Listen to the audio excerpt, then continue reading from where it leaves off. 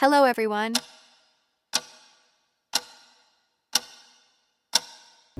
Picture this, a woman in blood-red satin, walking barefoot through a desert in a wedding gown.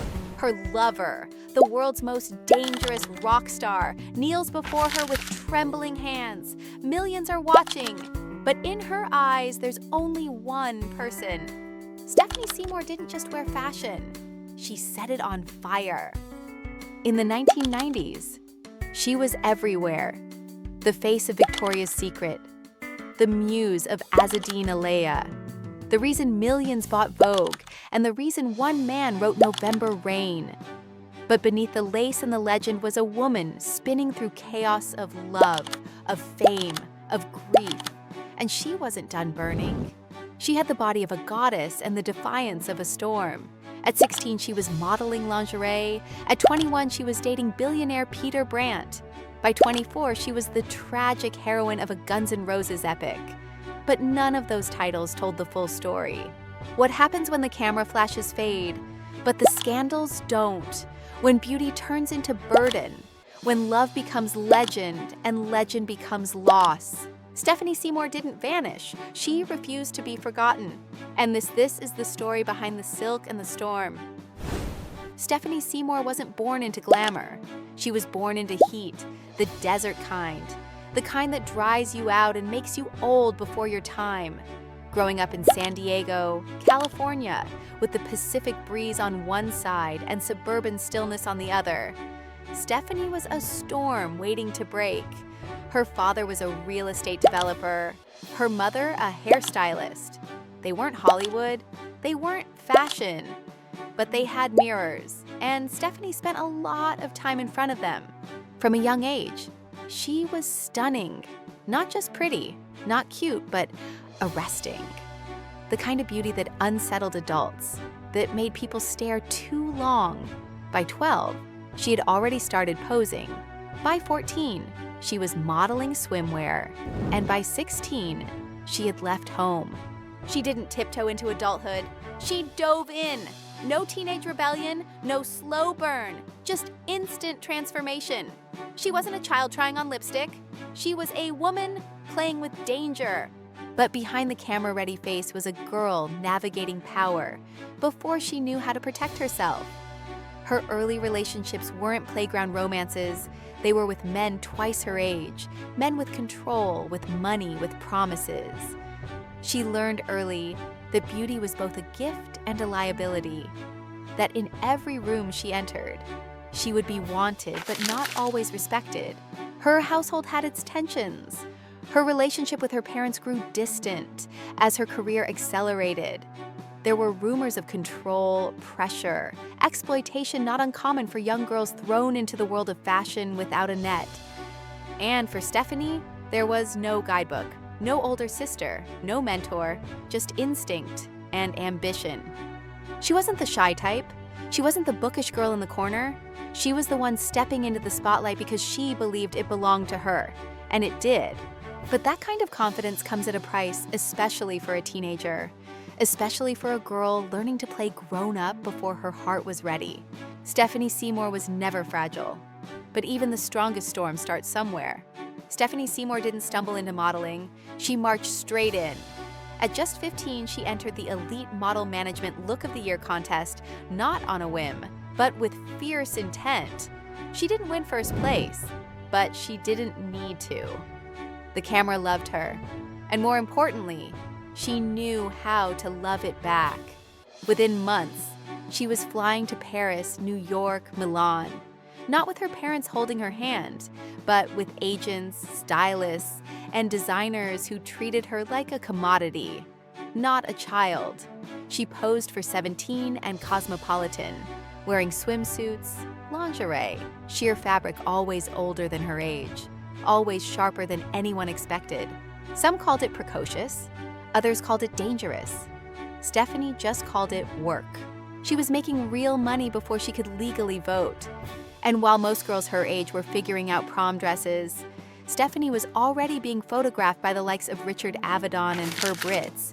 She didn't just model, she moved.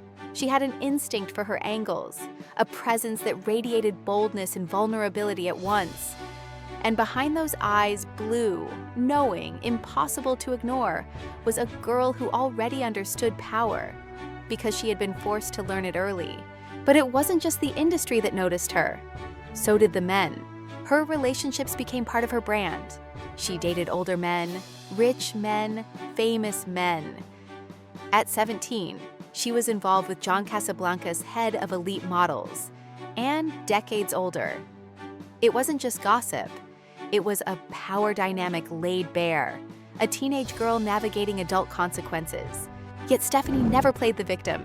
She refused to. That was part of her armor, part of what made her mesmerizing. While other girls were told to wait, to soften, to ask nicely, Stephanie didn't wait for permission. She showed up, took the job, and made sure you remembered her name. She wasn't discovered. She arrived on her own terms. In the golden age of the supermodel, Stephanie Seymour wasn't just a name, she was a presence. The kind that could silence a room with a glance. The kind that made photographers adjust their lens before she even stepped in frame. When people talked about the Trinity, they meant Linda, Christy, Naomi. But when they talked about danger, seduction, and fire, they meant Stephanie. She became one of Victoria's Secret's earliest and most iconic angels, not just walking in lingerie, but commanding it. In their catalogs and runway shows, she wasn't just selling fantasy. She was the fantasy. Untouchable, magnetic, slightly out of reach. She worked with Azzedine Alea, Gianni Versace, Karl Lagerfeld. She graced the covers of Vogue, Elle, Harper's Bazaar. In Stephen Maisel's photographs, she looked like art. In Helmut Newton's, she looked like a threat, always elegant, never soft. But her greatest stage wasn't the runway. It was the music video. In 1991, she starred in Guns N' Roses' November Rain, a 9-minute rock opera watched by millions, where she played the bride of Axl Rose, both on-screen and off. The dress, the drama, the slow-motion wedding, it all became myth. She wasn't just acting, she was living it. Their relationship was turbulent, toxic, magnetic, and unforgettable. Tabloids couldn't get enough. Neither could the fans. But Stephanie wasn't just the muse. She was also the mastermind. She knew how to shape her narrative. She posed nude for Playboy, not as a victim of exploitation, but as a woman reclaiming her sensuality. She embraced controversy. She didn't smile on command. She challenged photographers. She pushed editors. She fought for control. And through it all, she never stopped being herself. In an industry obsessed with youth, Stephanie kept working into her 30s, 40s, even beyond. Her looks matured, but her aura stayed lethal. Designers kept calling, magazines kept printing, and the world kept watching. Stephanie Seymour didn't rise quietly. She exploded into a decade, into an era, into legend. Stephanie Seymour didn't just break rules. She walked past them like they were never there. In an era that wanted its models obedient, polished, and quiet, Stephanie was anything but. She was defiant, unapologetic, a beautiful storm dressed in silk and sarcasm. While other supermodels managed their images with care, Stephanie played with fire. She posed for Playboy not to shock, but to remind the industry that her body was hers. She flirted with controversy, but never for attention. It was always a message. You don't get to tell me who I am. She wore what she wanted, said what she meant, refused to be molded. And she didn't smile on cue because sometimes the performance wasn't worth it. The fashion world didn't always know what to do with her. She wasn't the girl next door. She wasn't the untouchable goddess. She was something in between, raw, human, dangerous. Her unpredictability made her unforgettable. When she became involved with billionaire art collector Peter Brandt, she didn't settle into trophy wife silence. Their relationship was turbulent, public, and messy. There were breakups, reconciliations, tabloid battles, even a child custody war that played out in glossy headlines. And yet, she stood her ground. She didn't explain. she didn't justify, she simply lived. She was a mother, a lover, a model, an icon, and refused to choose just one. Stephanie was also one of the few models to speak honestly about the darkness behind the glamour. She talked about addiction, about grief, about the toll of living in the public eye. And she did it with her signature blend of elegance and grit. Not to seek pity, but to own her truth. She rejected the sanitized version of beauty. She made space for chaos, for contradictions, for the kind of woman who could look flawless and feel broken and still show up to own the room. Stephanie Seymour was never designed to be a role model. She was meant to be a warning, a celebration, and a revolution all at once. She didn't fit the mold. She shattered it. The world knew Stephanie Seymour for her beauty, but beauty can't shield you from loss. It can't protect you from time, and it certainly can't save you from grief. In the years after her peak, Stephanie didn't disappear. She drifted, slowly, quietly. The magazine covers became fewer. The runway appearances, rarer.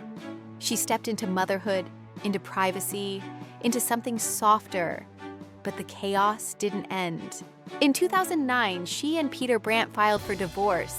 The headlines were brutal: allegations of substance abuse, accusations of manipulation, and a custody battle that felt more like a courtroom war than a separation. The press devoured every detail. But unlike in her youth, Stephanie didn't fight for the spotlight this time.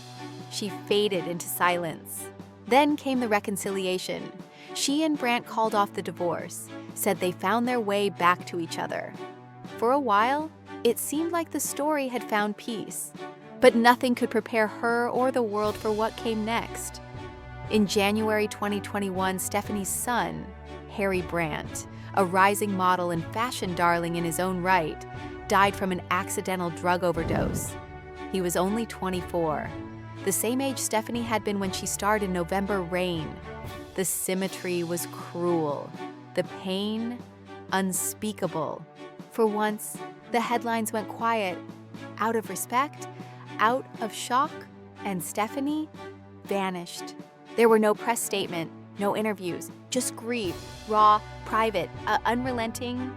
Friends said she was devastated beyond words, that she retreated from everyone, that the loss carved her from the inside out. And when she did resurface, in rare photographs and brief public sightings, the change was visible. The fire was dimmer, the armor heavier. She had always been a woman of contradictions, strong yet vulnerable, famous yet private. But this was different. This wasn't scandal. It was sorrow, and no amount of makeup, couture, or nostalgia could cover that. Stephanie Seymour didn't fall from grace. She was pulled into something darker. And for the first time in her life, the woman who never looked away turned her gaze inward. Stephanie Seymour was never just a supermodel. She was a force wild, radiant, and unwilling to be tamed. For years, she lit up magazine covers and shattered the camera with nothing but her stare. But what she left behind wasn't just a trail of fashion moments. It was a map of contradictions of womanhood in its rawest, most unfiltered form. She showed the world that beauty could be dangerous, that love could be chaotic, that survival was never graceful but always necessary. And even now, in her quiet years, her shadow lingers over the industry.